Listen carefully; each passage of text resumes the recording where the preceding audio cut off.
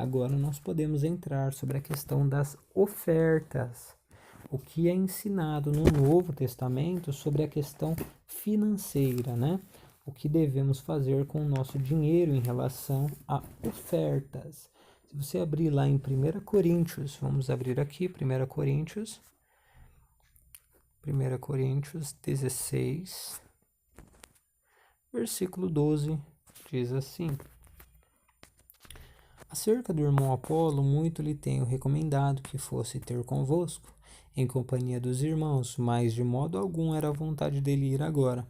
Irá, porém, quando lhe se deparar boa oportunidade. Sede vigilantes, permanecer firmes na fé, varonilmente. Eu acho que eu peguei a referência errada, só um instante. Vamos ver se é 2 Coríntios. Não, vamos pular. Atos capítulo 11, do 27 ao 30. Atos capítulo 11, do 27 ao 30. Diz assim: naqueles dias desceram alguns profetas de Jerusalém para Antioquia, e apresentando-se um deles chamado Ágabo, dava a entender pelo Espírito que estava para vir grande fome por todo o mundo, a qual sobreveio nos dias de Cláudio. Os discípulos, cada um conforme as suas posses, resolveram enviar socorro aos irmãos que moravam na Judéia, o que eles com efeito fizeram enviando aos presbíteros por intermédio de Barnabé e Saulo. Então você vê que ali o povo juntou uma oferta segundo as suas posses para ajudar a igreja que estava na Judéia, para suprir as necessidades dos que passavam fome na Judéia, né? Tem outra passagem que se refere a isso em 2 Coríntios 9, verso 6, que é sobre as ofertas, né? Diz assim, vamos ver a partir do versículo 5.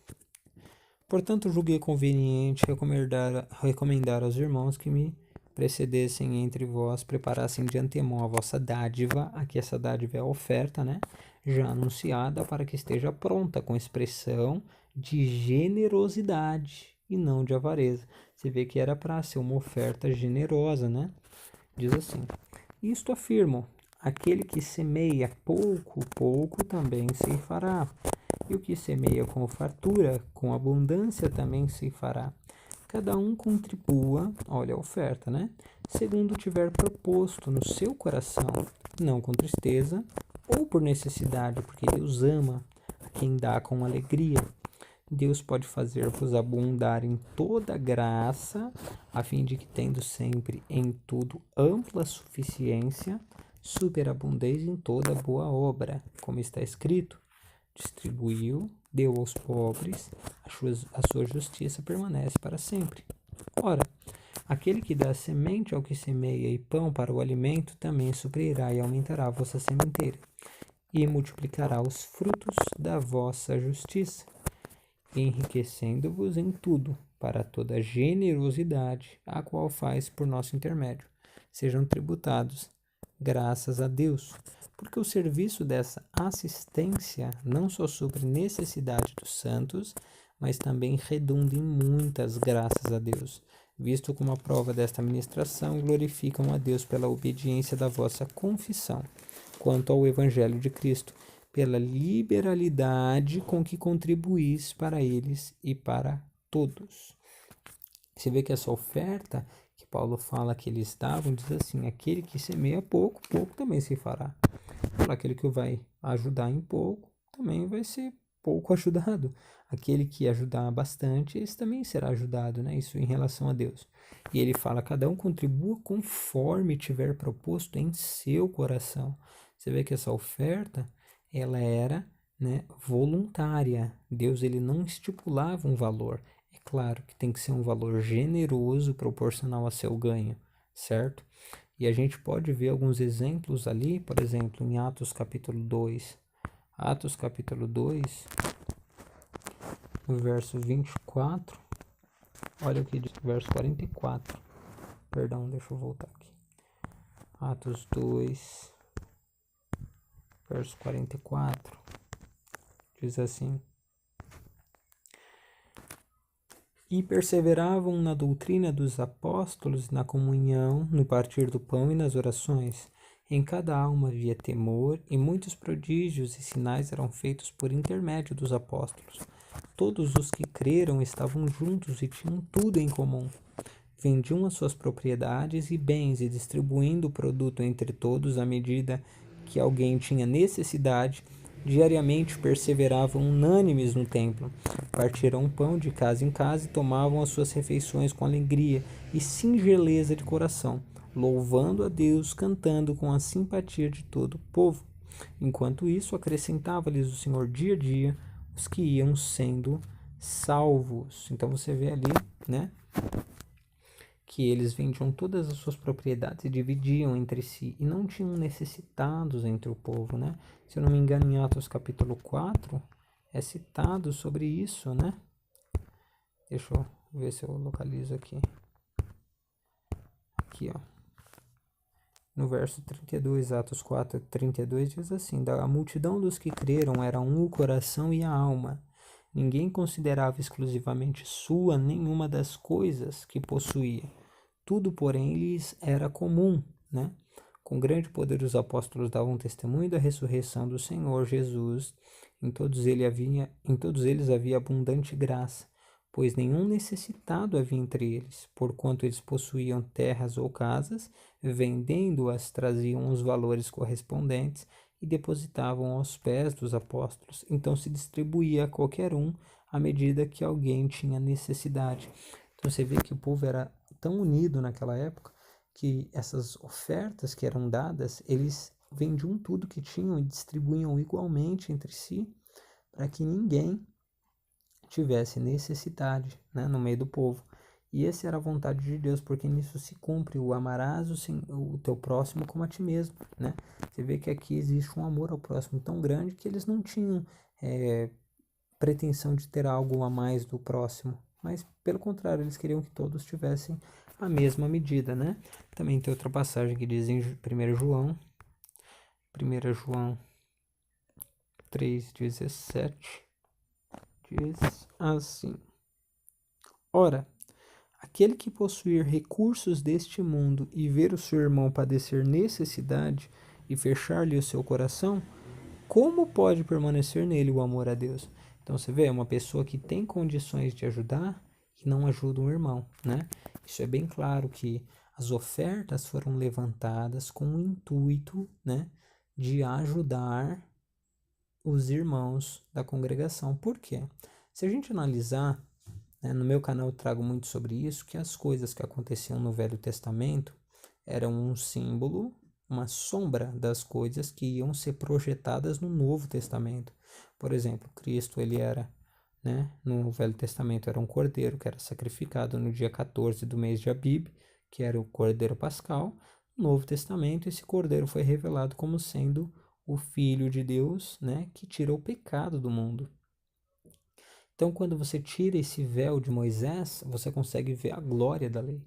Então, se você for analisar essa questão do dízimo, antigamente eram ofertas, que eram dízimos, né, que eram levantados para suprir as necessidades do povo de Deus e do tabernáculo, para que não houvesse necessidade nem nos levitas, que eram os sacerdotes, e nem do tabernáculo. Ou seja, era para suprir sacerdotes e tabernáculo.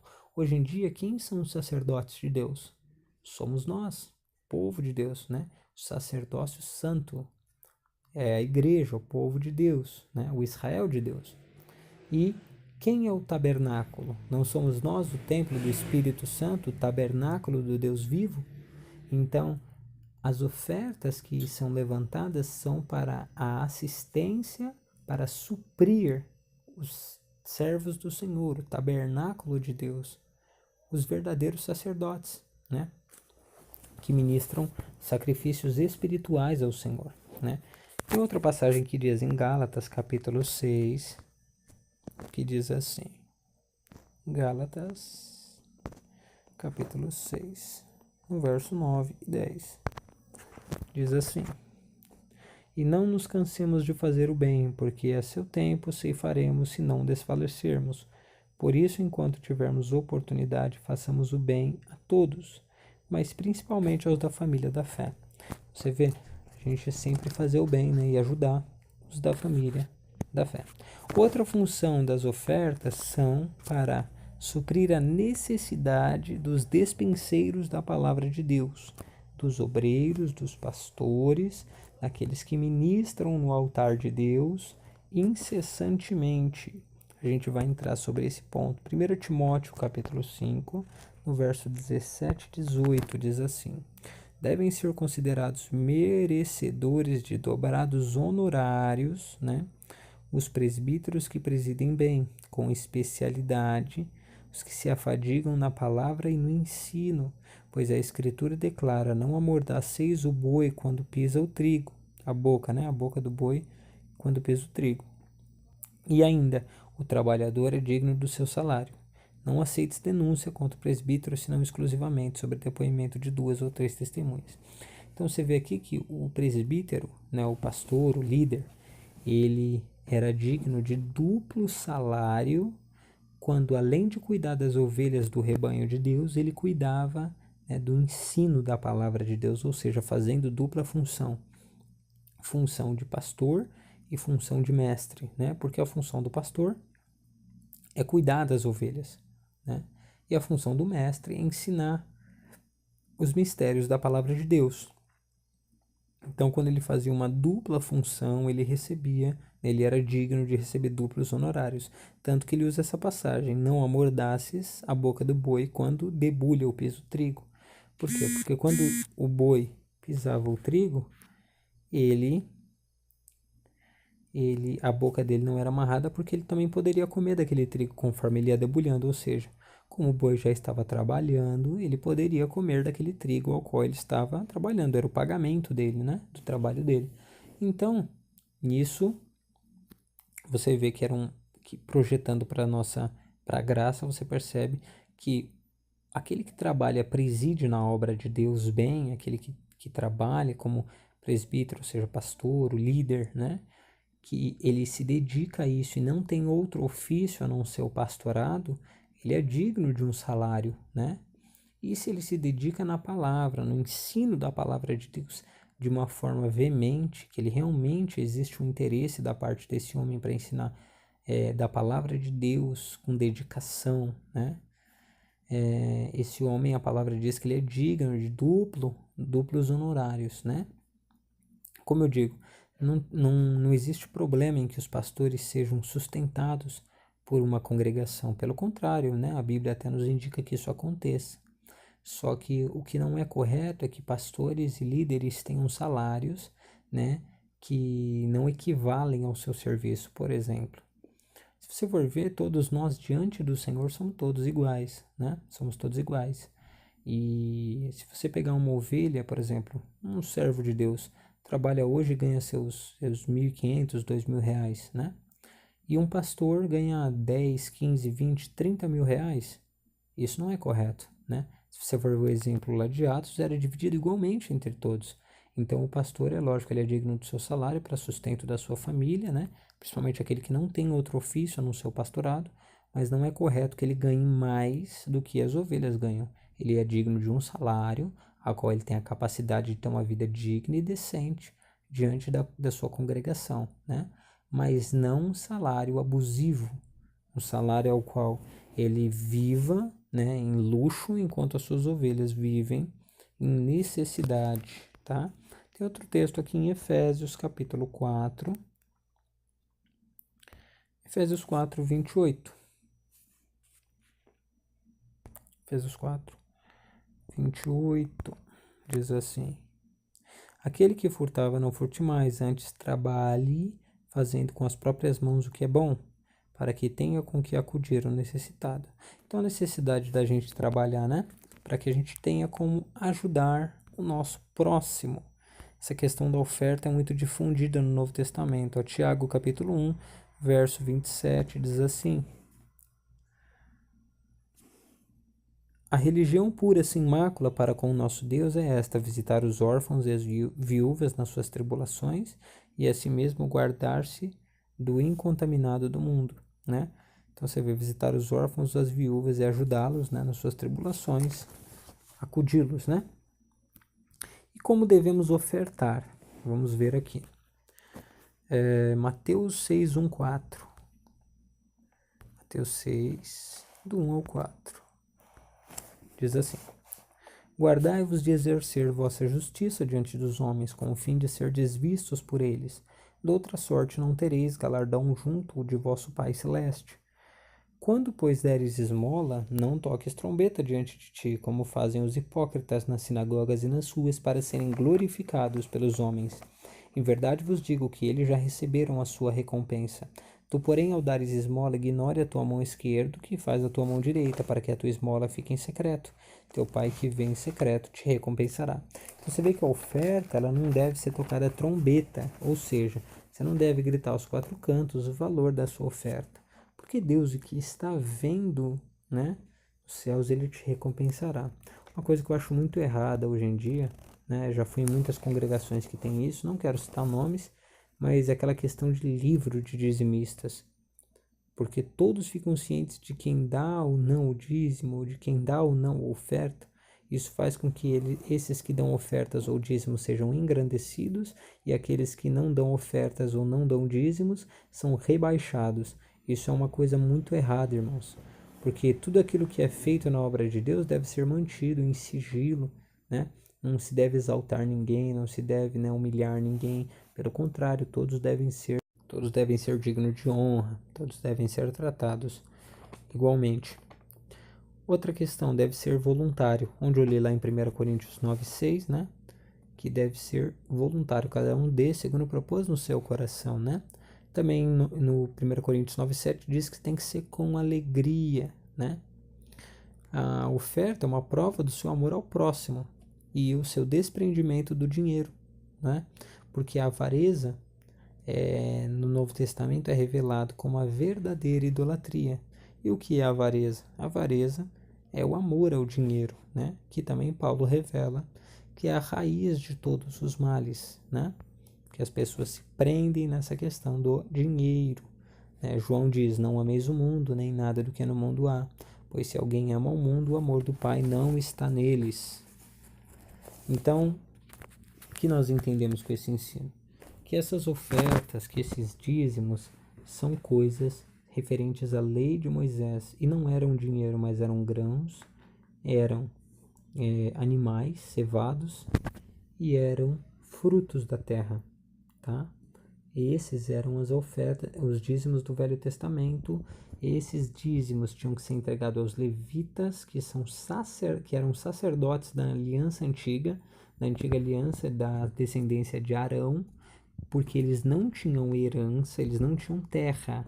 Então eles precisavam dessas ofertas, esses dízimos. Deus estabeleceu como lei porque eles não tinham terra, e nisso eles tinham mantimento para sobreviver. No Novo Testamento não existe dízimo, mas existe ofertas voluntárias, movidas de um coração generoso e bondoso, sem avareza. Muitas pessoas acabam pegando, quando descobrem essa questão de dízimo, acabam pegando esse desprezo por ofertas e essas questões de dinheiro. Só que as ofertas são necessárias para a obra de Deus, para que ela seja, né? Ela avance, para que ela tenha condições de enviar missionários, para que ela tenha condições de dar suporte aos pastores, para que tenha condição, né, de suprir a necessidade de suas ovelhas da congregação. Isso é necessário e a Bíblia defende essa questão. Ela não defende o dízimo em questão de poder amaldiçoar as outras pessoas. O que eu quero dizer com isso? Porque o grande mal que eu digo do dízimo não é falar que as pessoas têm que dar 10%, mas o grande mal é que dizer que se ela não der os 10%, ela é amaldiçoada com um demônio que vai destroçar a sua casa. E tem vários testemunhos de pessoas que perderam tudo porque deram tudo às igrejas, né? Para que, com medo de ser amaldiçoadas, né? Muitas pessoas ficaram na lama por causa disso. Então, eu acho pertinente trazer esse estudo, por mais que seja um assunto polêmico, seja um assunto complicado, mas eu acho pertinente porque muitas pessoas acabam caindo nessa questão e isso tem destruído a fé de muitas pessoas, né? E a palavra de Deus ela tem que ser usada para edificar, para fortalecer e direcionar as pessoas, tá?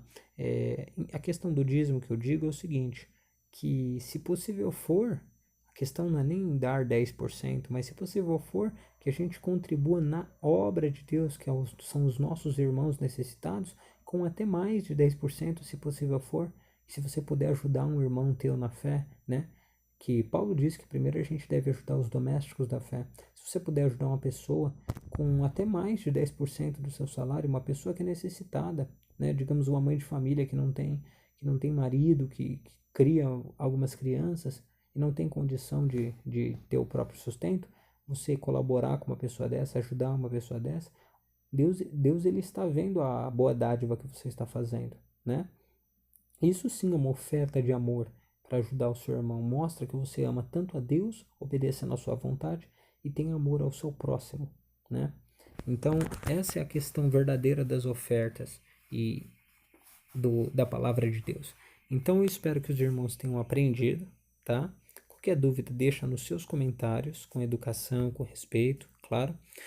Não se esqueça de se inscrever no canal se você gostou do estudo e deixar o seu like. E nos comentários, se você quiser deixar algum tema sugerido pelos irmãos aí para a gente abordar no canal, fora os outros temas que a gente já está abordando no canal, tá bom? Vai ser muito bem recebido, tá?